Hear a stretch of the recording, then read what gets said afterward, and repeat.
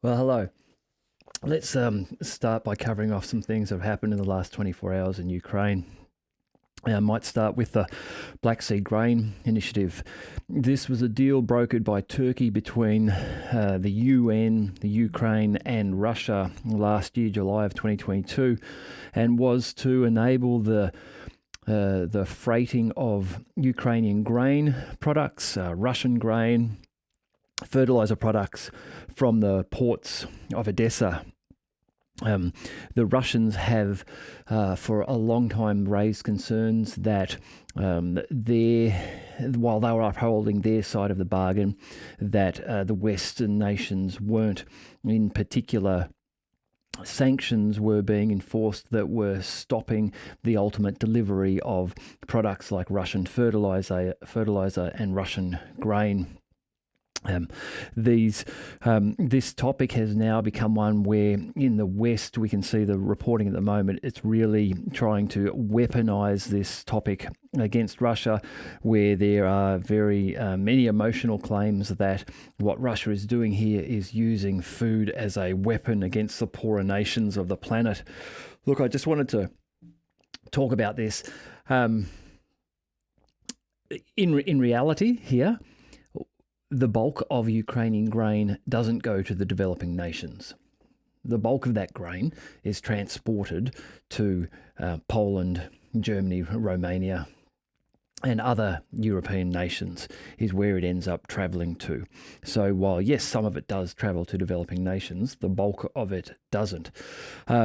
Also, what isn't mentioned in the Western press is the repeated pronouncements by President Putin of Russia that not only are the Russians willing to relook at the grain deal if they can get concrete evidence from the West that sanctions imposed upon the ability for Russia to supply fertilizer and agricultural goods are lifted, but also that Russia will, if those demands are met, will provide out of pocket a replacement for any Ukrainian grain that hasn't reached developing nations.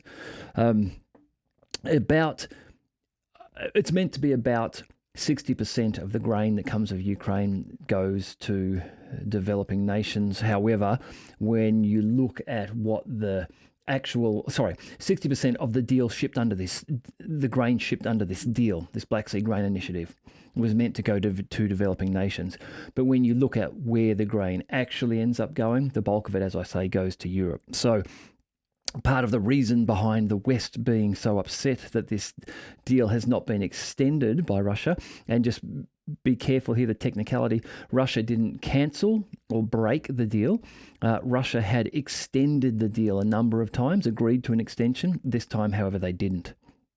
So the reason the West is so upset about this is that, in fact, the major nations that will be suffering from this are the European nations and predominantly NATO nations will be suffering here.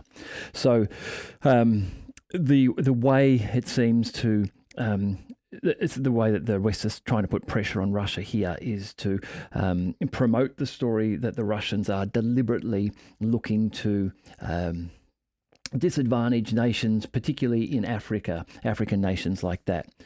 Interestingly enough, we see a recent summit conducted a week and a half ago between African nations and Russia, with President Putin speaking there. And the outcome and reporting from that appears to be strong support from the African leaders for further relationship developments with Russia, and the cessation or the non-extension of the Black Sea Grain Initiative is not something that appeared to give great concern to these leaders. They appeared to be far more interested in Russia's overtures to provide ongoing support, development in those nations, and the Russian wiping of certain amounts of debt to some African nations. Now, Russia's not being stupid here. This isn't all directly from the goodness of their heart.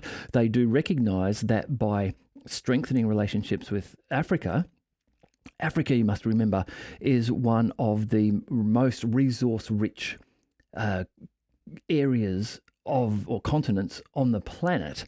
And so Russia is well aware that by forging relationships and working to see those nations grow, they will benefit from that trade as well. And this is a big thing of what Russia has done over the course of this war, has been a pivot into where they trade. Some data on this from worldeconomics.com. They've provided GDP estimates which puts Russia, which supposedly would have a far smaller economy than Germany, puts it on par with Germany in terms of PPP or purchasing power parity terms for their GDP. The data that they have calculated here has been based on information published by the World Bank and the IMF, and corrected using World Economics estimates for some out-of-date GDP base years, estimates covering informal economic activity. And what it is indicating is that Russia has successfully pivoted away from the West, which has negated the effects of the sanctions that have been enforced upon them. And part of that pivot has been to areas, obviously China, India, and African nations, where there were some reports yesterday showing a conference between Russian leaders and the president of Eritrea too, where he provided a speech where he spoke very strongly about the African position on the distrust of the intentions of Western nations in Africa. This is due primarily to the colonial heritage that many African nations have endured from British, French, and other nations. This was opposed to what appeared to be a strong alignment and solidarity with a future outlook with Russia. So other interesting things, and something which I'd like to comment on. In terms of economic factors in this war, the Russian ruble has been low of late. Now, Alexander Mercouris of the Duran gave a great explanation about reasoning behind why the Kremlin is working to keep the ruble low. So, the Kremlin has a desire to increase domestic production. Russia has a desire now to decouple itself from Western suppliers. So, for example, in the areas of chip manufacture, there are reports in the last couple of weeks of large investments in Russia to develop their own computer chip manufacturing capabilities. This allows them to step away from a reliance on Taiwan and the West for these components. So this is a desire of the Kremlin. As I've mentioned a number of times, the Kremlin are moving to a real war footing. And part of that, and something which they are able to do, given that Russia is such a resource-rich nation, is that they are looking to domestic industrialization within Russia. So a low ruble, a low national currency supports that, in that it makes it difficult for Russians to go out and purchase from the West. And instead puts an incentive or a pressure to industrialize and develop domestic production for these items. The ruble, it's a floating currency, but it is considered to be what's known as a dirty float.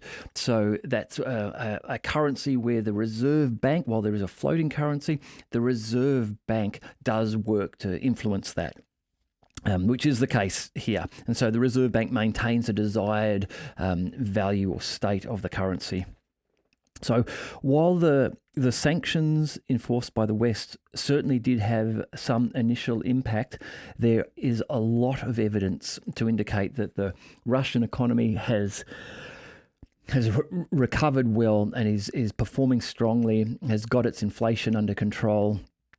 GDP is looking good in the future, and that it has pivoted. So the reason it has been able to do these things is because it hasn't attempted to maintain a reliance on Western trade. Instead, it has looked aggressively to develop other trade partners, specifically with increasing the trade with BRICS nations. And making a focus and pivot towards African states. We can see just the difference in the global attitude, or the African attitude at the moment towards the West versus Russia. Is huge, where we see the likelihood of France perhaps causing military intervention in Niger, which I'll get to in a little bit. And yeah, one thing also, which is a complete antithesis to the Western globalist initiative, where there is a talk of spreading the interconnectivity and trading across all nations, which works very well for nations which aren't particularly resource rich. Russia's look to internal production and more and non-Western trade is in opposite to that globalization approach from the West. So just moving away from economics for a little bit and onto the battlefront. And I might do a full summary, a more detailed one on the battlefront later today. But for now, just a couple of highlight things. Zaporozhye region today, footage showing what appears to be a Fab 500 bomb strike on an ammunition dump. A very large explosion by one of these Russian guided bombs. These bombs are used when a very powerful strike is required on a location. And can safely be delivered within the relatively short range of what can be delivered from a fighter or fighter bomber craft. This isn't something which has been taken out by a long-range missile. It has been one of these guided bombs, but these guided bombs provide relatively good accuracy over the short range that they operate, and Zaporozhye seems to have been the recipient of one of those today, and the outcome appears to be what may be an ammunition dump strike, just given the size of the explosion that was shown in the video footage. In terms of Russian strikes, there are reports in the Ismail port, which is on the Danube River, of retaliatory strikes made 24 hours ago. The Ismail port on the Danube River, which is on the western border of Odessa, western border of Ukraine. These are river ports on the Danube. This attack is in retaliation to the alleged freighter sailing under an Israeli flag who travelled from the southern Black Sea up to the mouth of the Danube and headed up to Ismail port. The Russians have launched a severe strike on that port to effectively decommission that port. This demonstrates how the Russians are going to be enforcing their blockade upon the Odessa ports. It's not going to be by attacking individual ships as they travel, which would be extremely inflammatory, very likely to possibly kill civilians who would be on those boats. Instead, the Russians have made the decision to destroy the ports and the docking facilities, and thus render the approach by freighters to these ports as pointless, is what they seem to be doing. So this now poses a challenge for the Western and Ukrainian state if they wish to figure out how they can send supplies through Odessa, because their port facilities are now in ruins in Odessa. Just a very interesting twist of fate in war.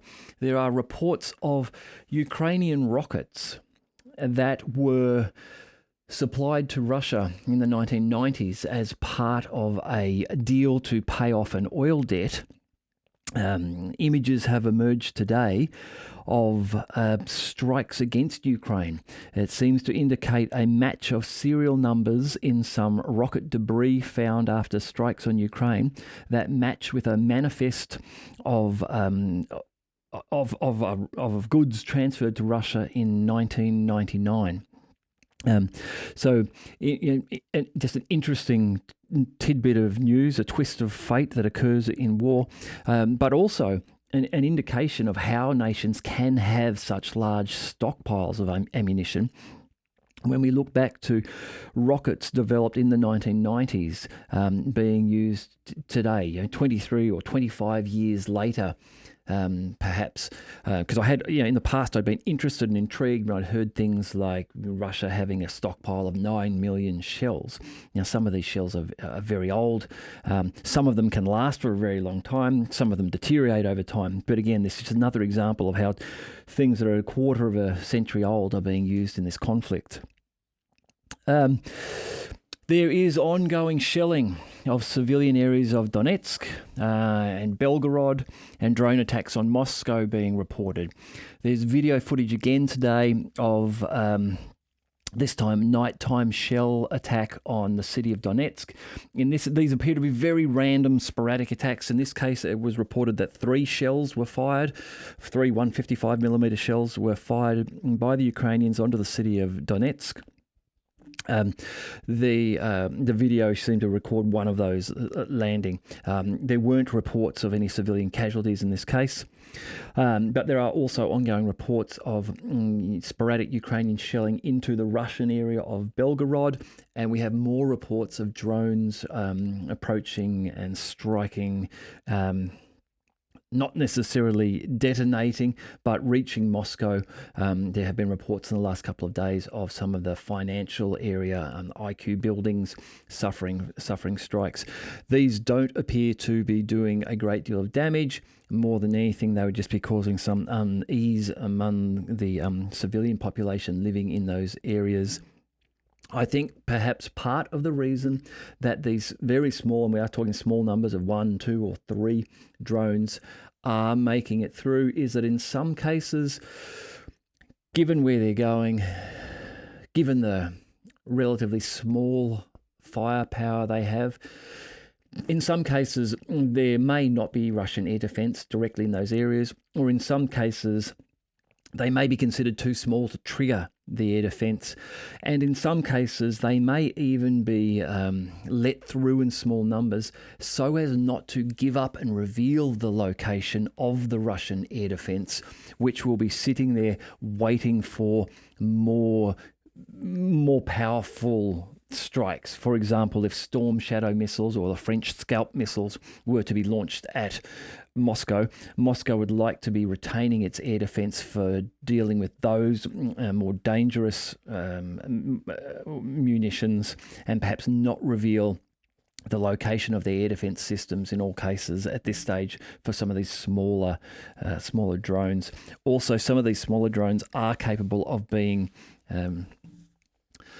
neutralized via electronic warfare capabilities. So while they may still crash into buildings, they may even crash and explode upon that crashing.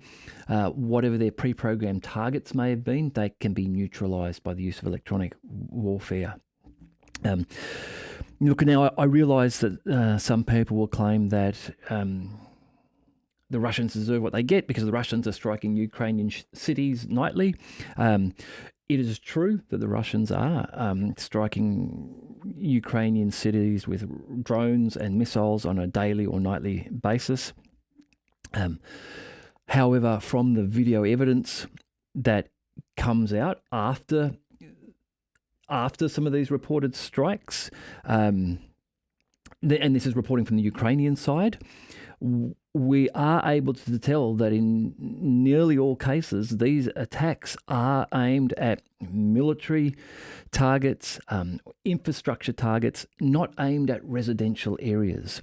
The recent cases of the damage done to the church in Odessa and some apartment buildings recently, apparently even apartment buildings next to an SBU, Ukrainian intelligence building, which was struck by what appears to have been an Iskander missile, that these damages that we're seeing are far more likely to be failed Ukrainian air defense missiles, or ones, if not failed, ones that failed to intercept the target they were sent for and thus didn't explode en route and have then crashed into apartment buildings. Again, I've mentioned this a couple of times, but the reports from some of the Ukrainian channels that damage to an apartment building has been done by an Iskander does not align with the amount of damage done to the apartment building, which was damage to 4 or 5 rooms across 2 or 3 levels,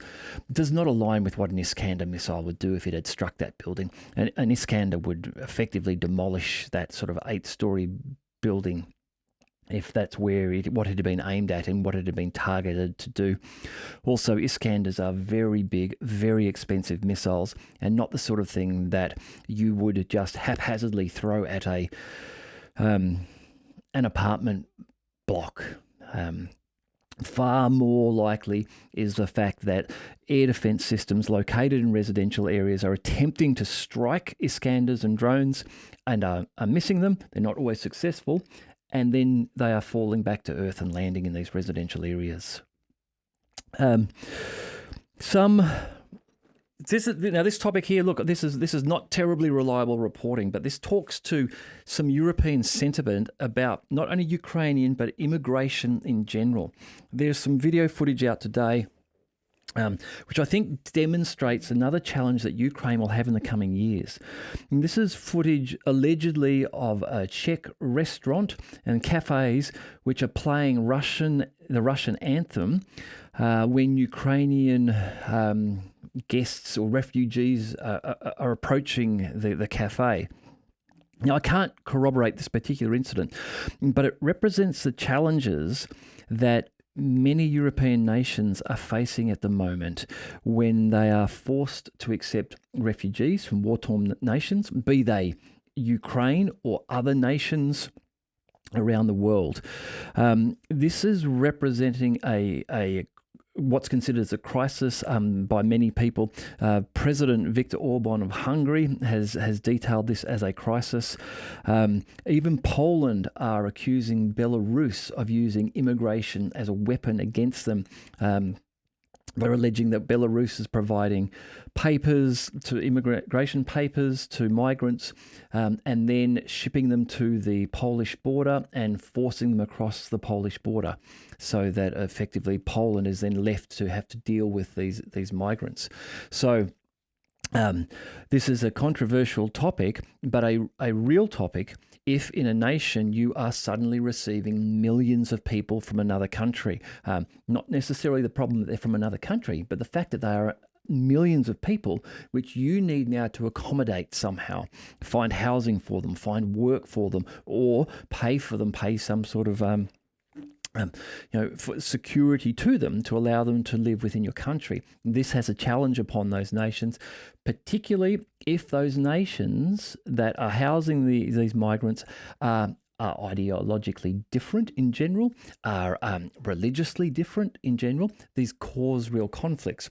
We can see this sort of thing becoming apparent in France at the moment, where France has 4 million African refugees migrants living within France, and as I'll get to shortly, the dispute over Niger could cause this to really inflame.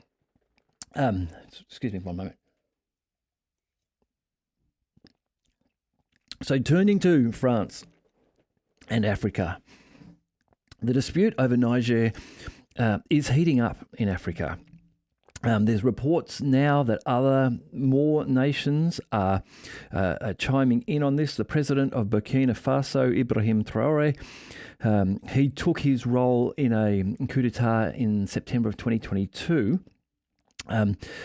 He's ordered the expulsion of a Canadian mining company from Burkina Faso and the confiscation of 200 kilograms of gold. So there are a number of nations now who are coming out in support of Niger, Mali, Burkina Faso, Ivory Coast, Algeria, all indicating that they will support Niger if military intervention occurs there. Remember that France is heavily reliant upon the Ukrainian the uranium supplies it gets from Niger.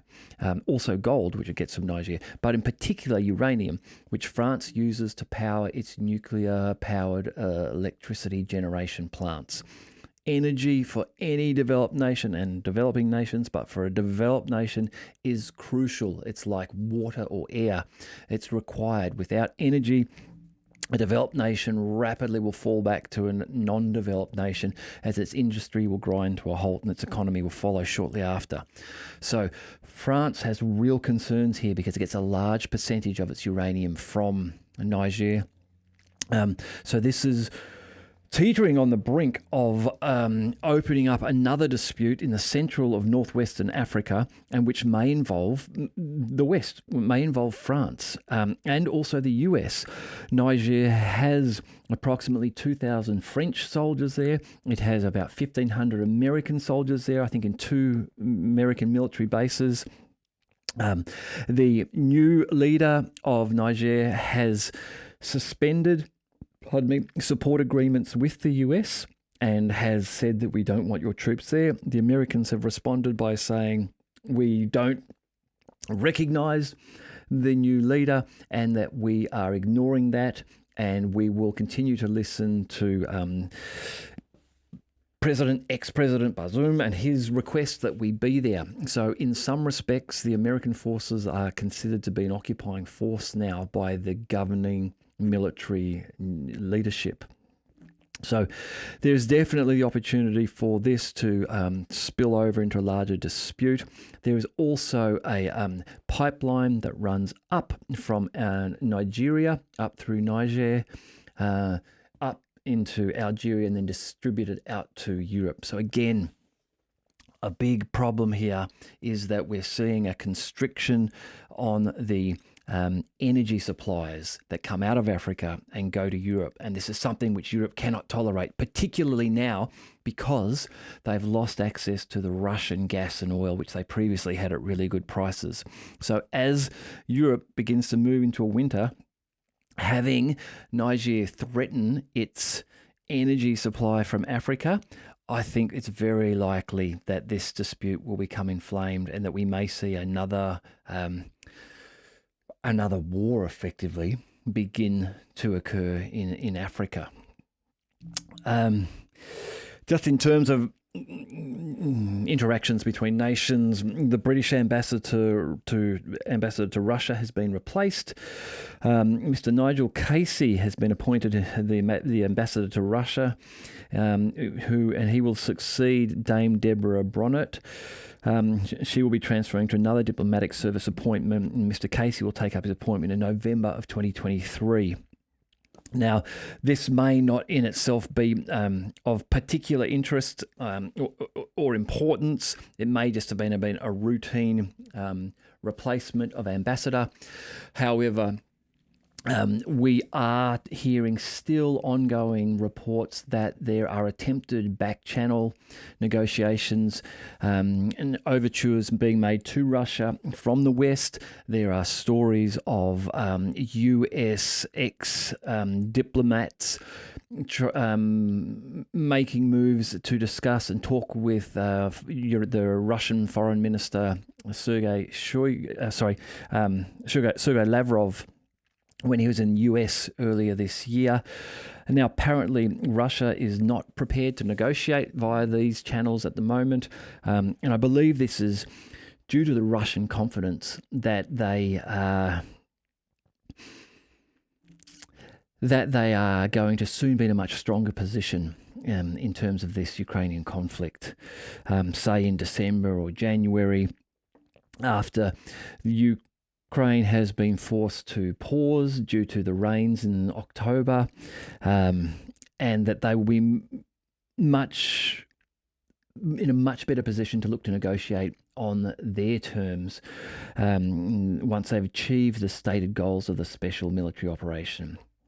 So their goals there were to demilitarize Ukraine and to ensure Ukraine's neutrality going forward. Now, there are reports that they may be moving closer to both of these goals, and reading between the lines, that will ultimately end up in regime change in Ukraine, seeing a Russian-friendly government put in place. Now, in terms of the outlook for Ukraine, Simplicius the Thinker, as always, provides a great article, and a recent one talks about the number of tanks that the Ukrainians may actually have at their disposal, and what this may mean in terms of their ability to continue their fight or their offensive beyond October. His reasoning, as always, is very sound, draws upon a number of different sources to reach his conclusions. And in this article, he arrives at what the Ukrainian tank loss rate may be throughout this war and how long that can continue. I'll let you go and read it. It's on Substack, but his calculations indicate a rate of Ukrainian tank loss at around 100 tanks per month through much of this Ukrainian war, with those numbers perhaps increasing and doubling over the last 2 months. Since the June Ukrainian offensive restarted, perhaps getting up towards 200 tanks per month lost. So the outlook is not good. Even visually confirmed losses of tank, armour and Ukrainian artillery over the last 2 months indicates an unsustainable level of attrition.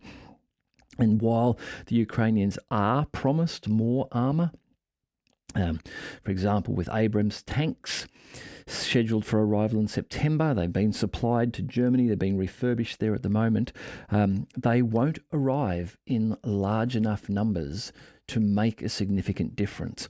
And in fact, they're likely to trickle in over a period of months and not arrive in one big group of 100 Abrams or what have you.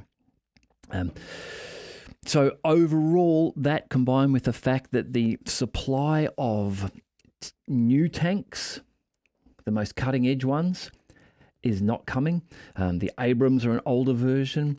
The backup and replacement Leopards that Germany will be providing are not the Leopard 2s, but older Leopard 1s. The ability for the Ukrainians to fight past December does not appear to be supported by large committed numbers of tanks and armoured equipment. This, of course, all sits on a backdrop of reports that have come out yesterday from a German prosthetic manufacturer, Otto Bock. By their calculations, based on their suppliers and medical organisations they work with, they are estimating that 50,000 Ukrainians have suffered or have received a limb amputation in the course of this war. So that's 50,000 people. And again, this is coming from the prosthetic manufacturer. They're giving this estimation. Now, Ukraine, with a pre-war population of 40 million people, that was reduced to about 30 million as the war in Ukraine commenced, with about 7 million people moving as refugees to the west and 3 million moving to Russia. This gives a number of 1 in 600 people in Ukraine as being an amputee because of this war. Now, this number won't be evenly distributed. Of course, this will be heavily weighted towards men. There's far, far more men fighting for Ukraine. Ukraine does have some female women at the front line, but very small in comparison to the number of men. Women. And further, this will be heavily weighted to the men of fighting age. So these 50,000 people suffering a limb amputation due to damage, injury suffered through the war, will be focused on the men of fighting age between 18 and 45 in Ukraine. Now, if we look at those numbers, then we start to see that Ukraine might be facing a population with 1 in every 150 men between the age of 14 and 45 being a war amputee. Now, if we then look at the number of reported irretrievable losses, deaths, those killed in action in Ukraine, I say reliable, let's say supportable numbers are indicating that the Ukrainian irretrievable losses could be well over 180,000. Now, some reports go as high as 300,000. People who have far better contacts on the ground to make these predictions than I do, some of them are reporting this number could be up over 300,000. Even if we look at, let's say, a number of 200,000, which appears there are a number of sources indicating this could be the case now, then Ukraine may be suffering an irreversible loss of something like 1 in 40 or 1 in 25 of the fighting age men who have been involved in this conflict so far. So, 1 in 25 means 4 out of every 100 men of fighting age have been lost to this war, possibly in Ukraine. And while these reports now, you might say, are completely unreliable, in the future, we will learn these numbers and we will find out what they are, and they will not be small numbers.